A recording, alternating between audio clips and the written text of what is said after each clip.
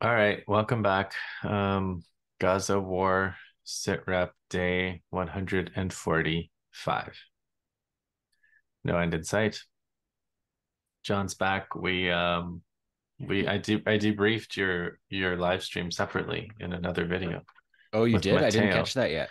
We didn't do yours. We found ourselves arguing over Mearsheimer's discussion of the lobby. So we just decided to hop on and talk for 15 minutes about the lobby because I think there's what I think is like a false dichotomy of whether the lobby is kind of about the independence of the lobby as a power block as opposed to, does Israel serve US interests, or is Israel a strategic liability, which US does because of the lobby.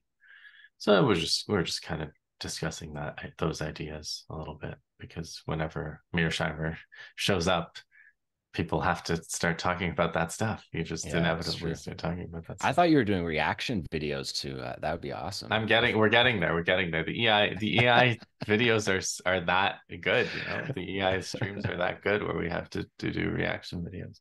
Yeah, no, it was great today. We had Abu Bakr Abed on, who's from Gaza, and yeah, just I think that makes this just always makes the show Yeah.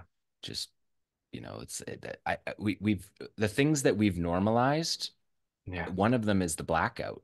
That Yeah. that people can't communicate with us from Gaza has become something that we have. I mean, I don't know how else we would do but accept it, but it's just when you have him on the show, we have people from Gaza on the show, it's just always it just reminds you that this is just how, I mean, we're reminded of it every day because we're communicating with our friends and losing touch with our friends day in and day out, and every day is an adventure for anyone trying to communicate with the outside world. But yeah, just I think the show is so it's just richer when we actually see um, and he's done such great journalism throughout this. So it's like in this horror where you feel like everybody just feels powerless, and he's working under those conditions. So it was great to have him on. Well, it's funny because I had this thought today,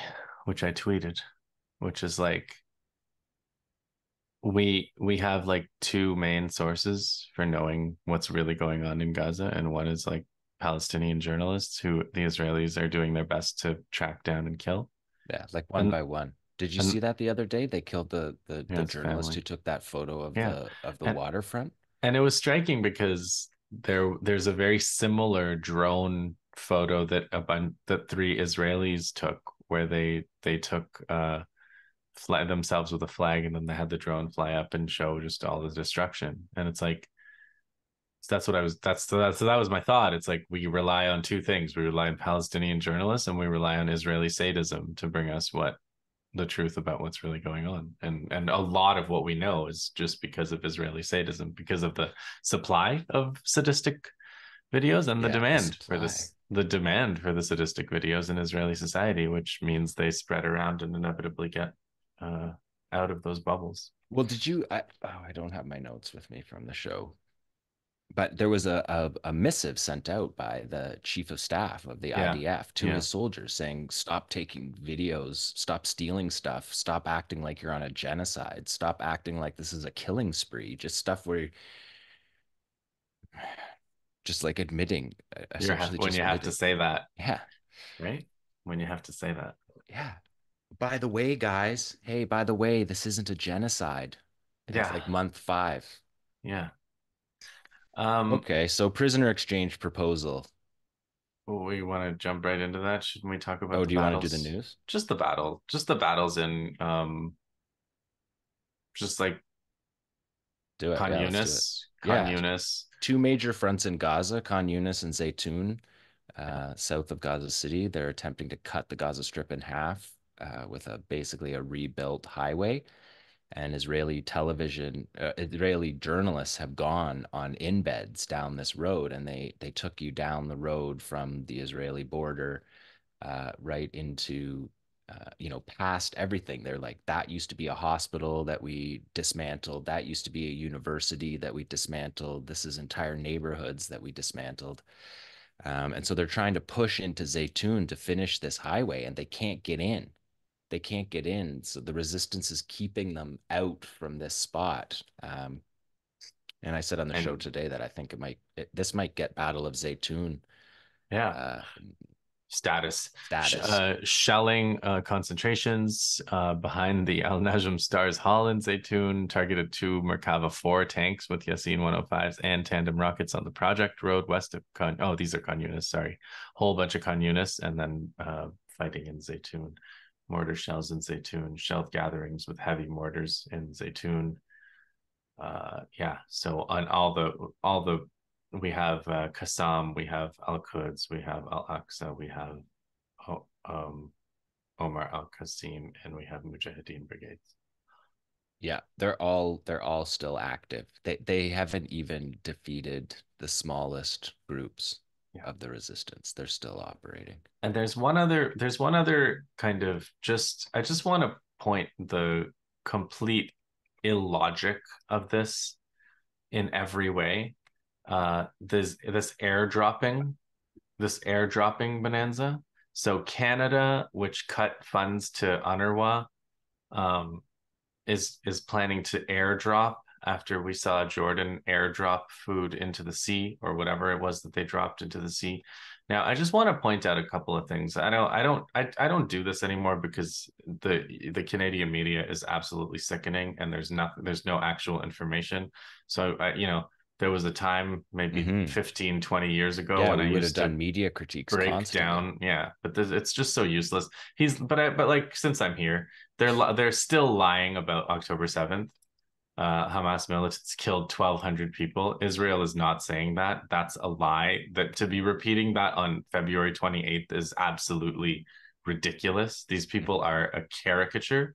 Yeah, they're Uh, cutting and pasting that paragraph each yeah, time. and then Israeli strikes have killed approximately 29, according to Gaza's Mm. Hamas-led health authority, According to the humanitarian groups. municipal government in Gaza, Yeah, as Gaza's opposed to who else you Hamas-led. would get Like those this information. is just sickening. This whole thing they're doing is just absolutely sickening. But whatever, it's Canada.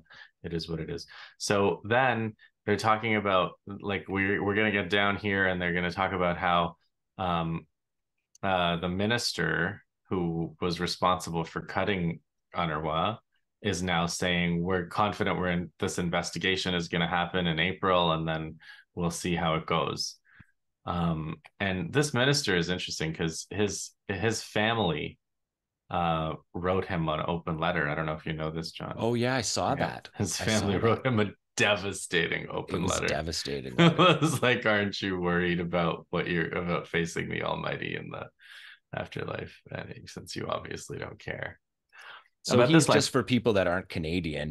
This is the foreign minister who's gone to or international debate. Isn't it International development, yeah. international development minister? He took a photo op tour to Rafah to stand on the border amid the hundreds of trucks that can't get into the border.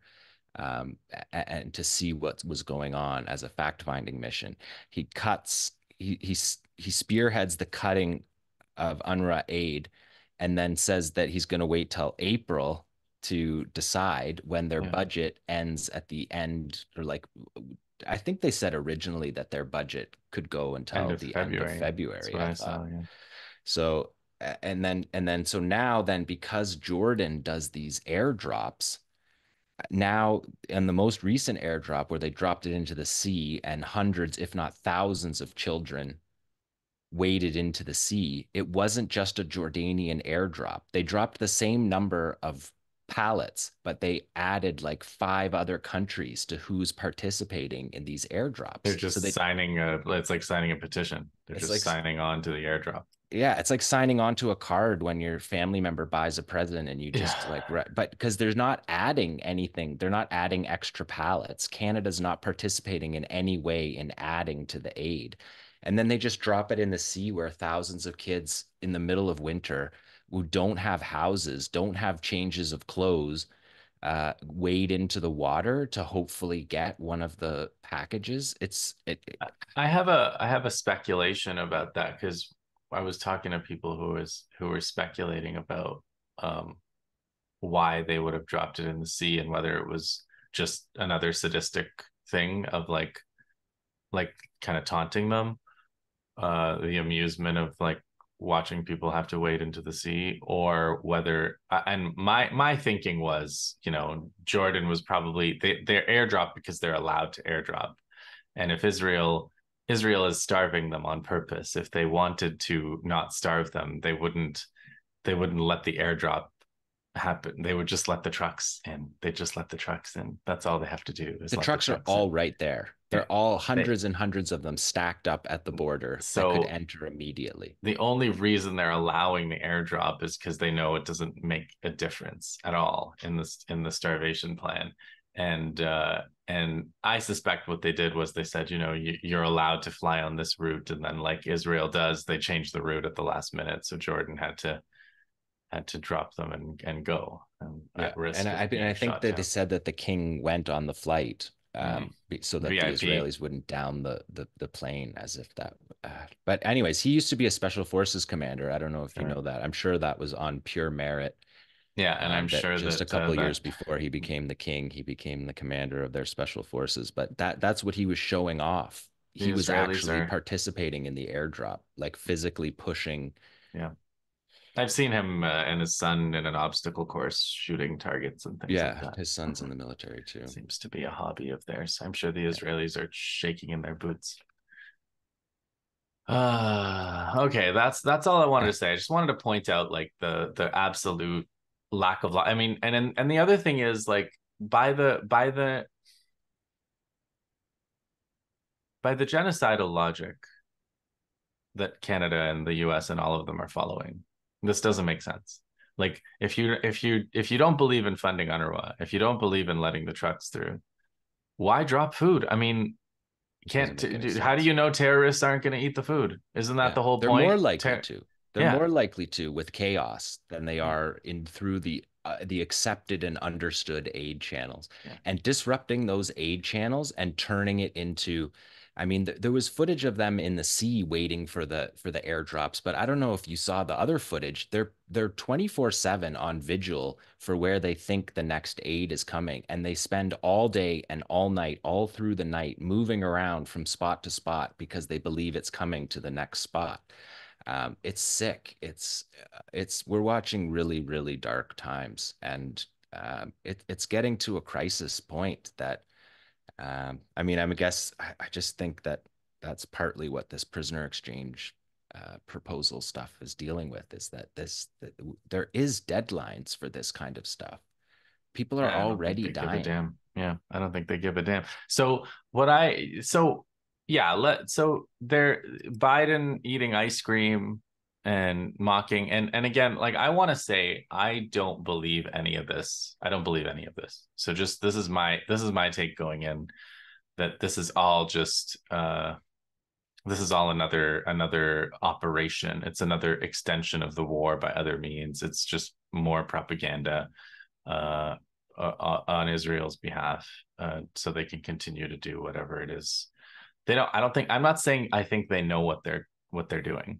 I'm just saying that they're they're continuing whatever it is that they're doing, and they have no intention of honoring a deal Well, it or seems what happened making a was deal. that Biden's national security advisor basically informed him that the proposal had been submitted to the essentially to the Israelis, and then it has to go from there and get to the resistance in Gaza, and it became a news story before, like as it was leaving the hands of the negotiators from the first proposal. So Hamas immediately came out and said, we haven't gotten any official proposal yet. So all of this stuff that you're reading is simply the American response to the proposals.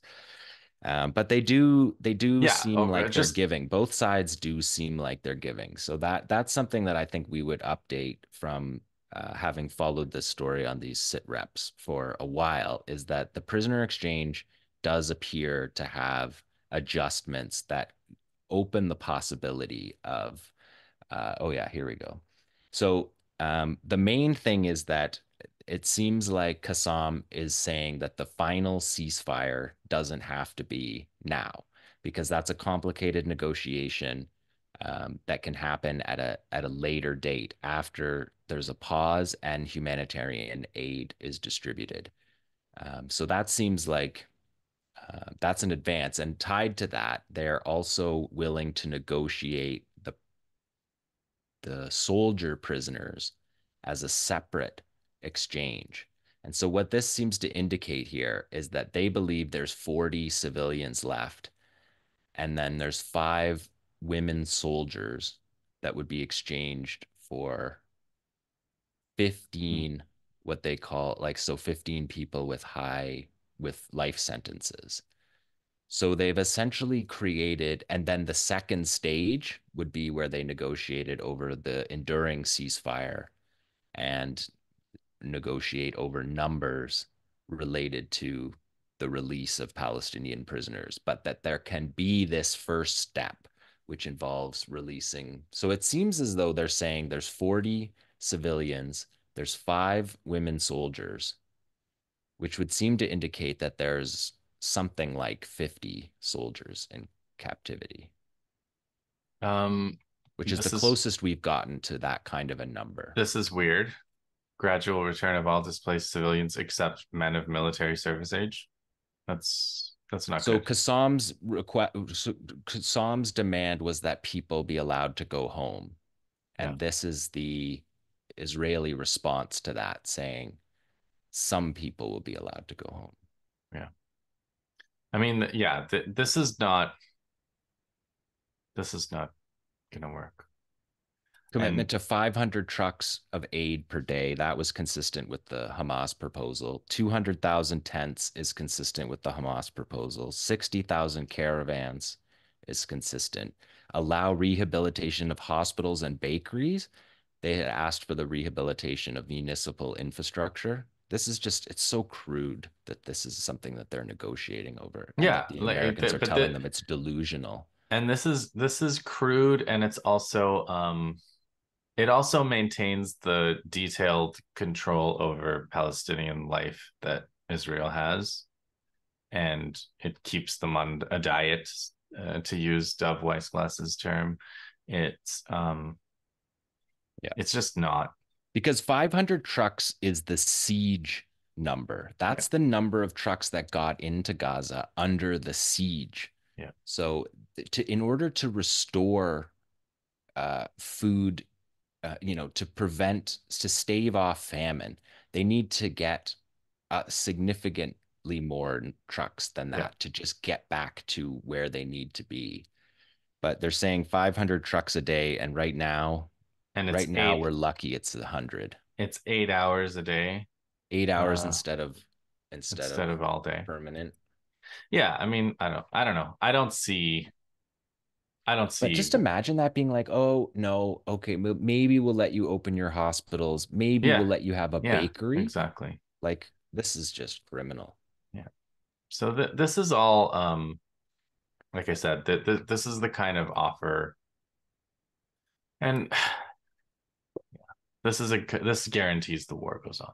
Now, the other thing that I've been hearing this phrase, John, something like Hamas knows they're not gonna govern in Gaza after the war. Have you heard this? No.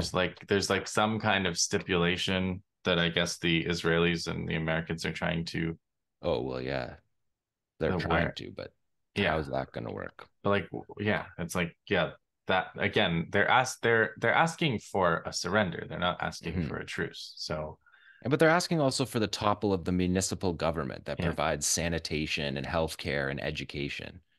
which they've destroyed all of that and tried to kill everybody who does it. So I suppose their argument is, But we that just must be don't what want you that to must be where they restore get it. the 10,000 number of Hamas from, right? They're counting every single municipal Yeah. employee that they killed.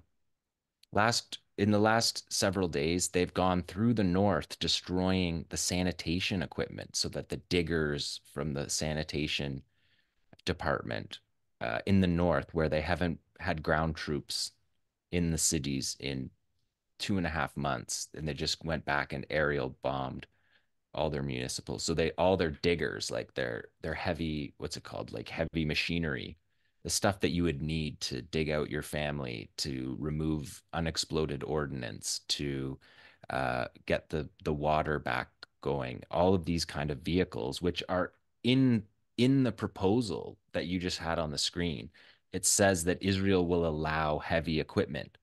And in the days between when they presented that, they went around and destroyed all of the heavy equipment and then put it in the deal saying that you can have some heavy equipment. Yeah. It's just like a game.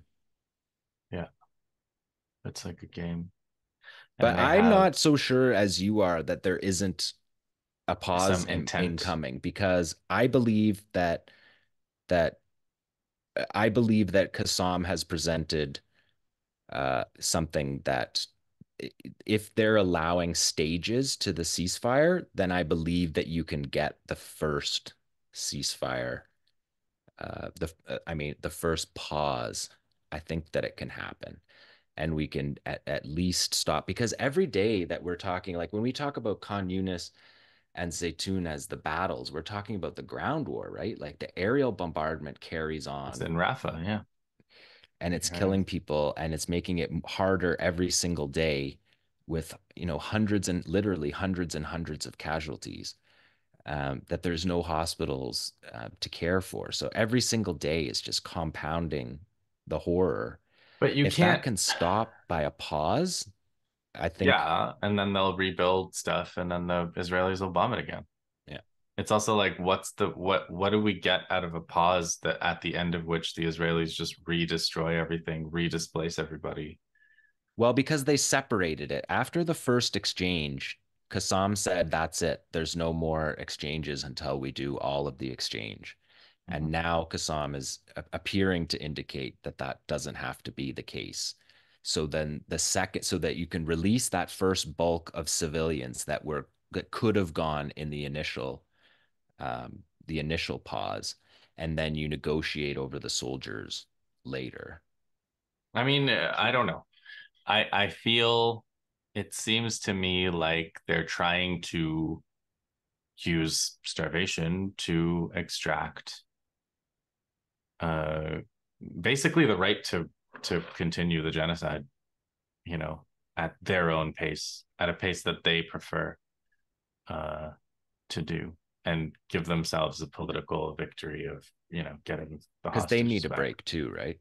Yeah, no, they want a break. Yeah, they don't They want to don't stop. want to stop the war. They want a break and then resume, Because you the don't have to say genocide. you lost the war They want to, if you have the yeah, pause.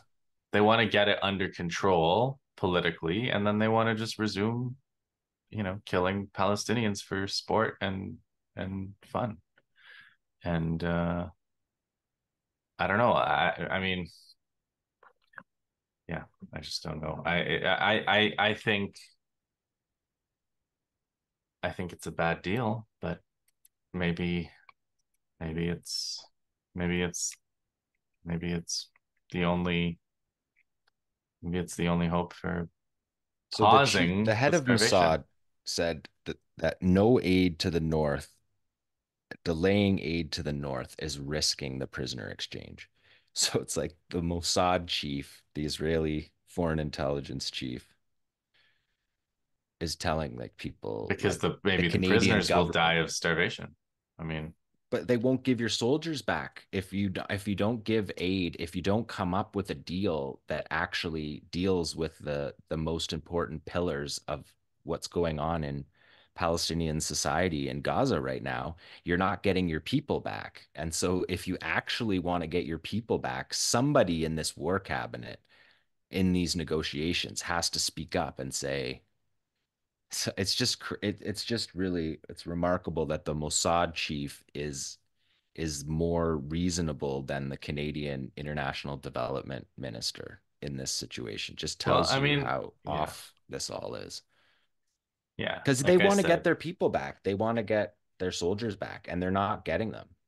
they're not going to get them under these circumstances.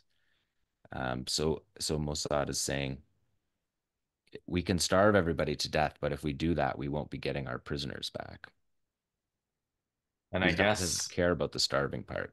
I guess there's a bunch of Israelis who are willing to make that trade, but I guess we'll find out whether they win the day. As for Canada, in 2008, I think one of these wars, I said, if you want to understand, I wrote a little article saying, if you want to understand what's going on, please skip the Canadian media. There's absolutely no reason to read the Canadian media on this. They have nothing, they have no skin in the game. All they do is try to be more pro-Israel than Israelis. You would do much better to read Haaretz or whatever, as hateful as they are, than to read like a second or third rate version of it. Yeah. I mean, I guess that's it. I think, Jon, if I'm correct, we may have just done our first short sit rep in because we don't have anything else to say about the depravity that these governments are participating in.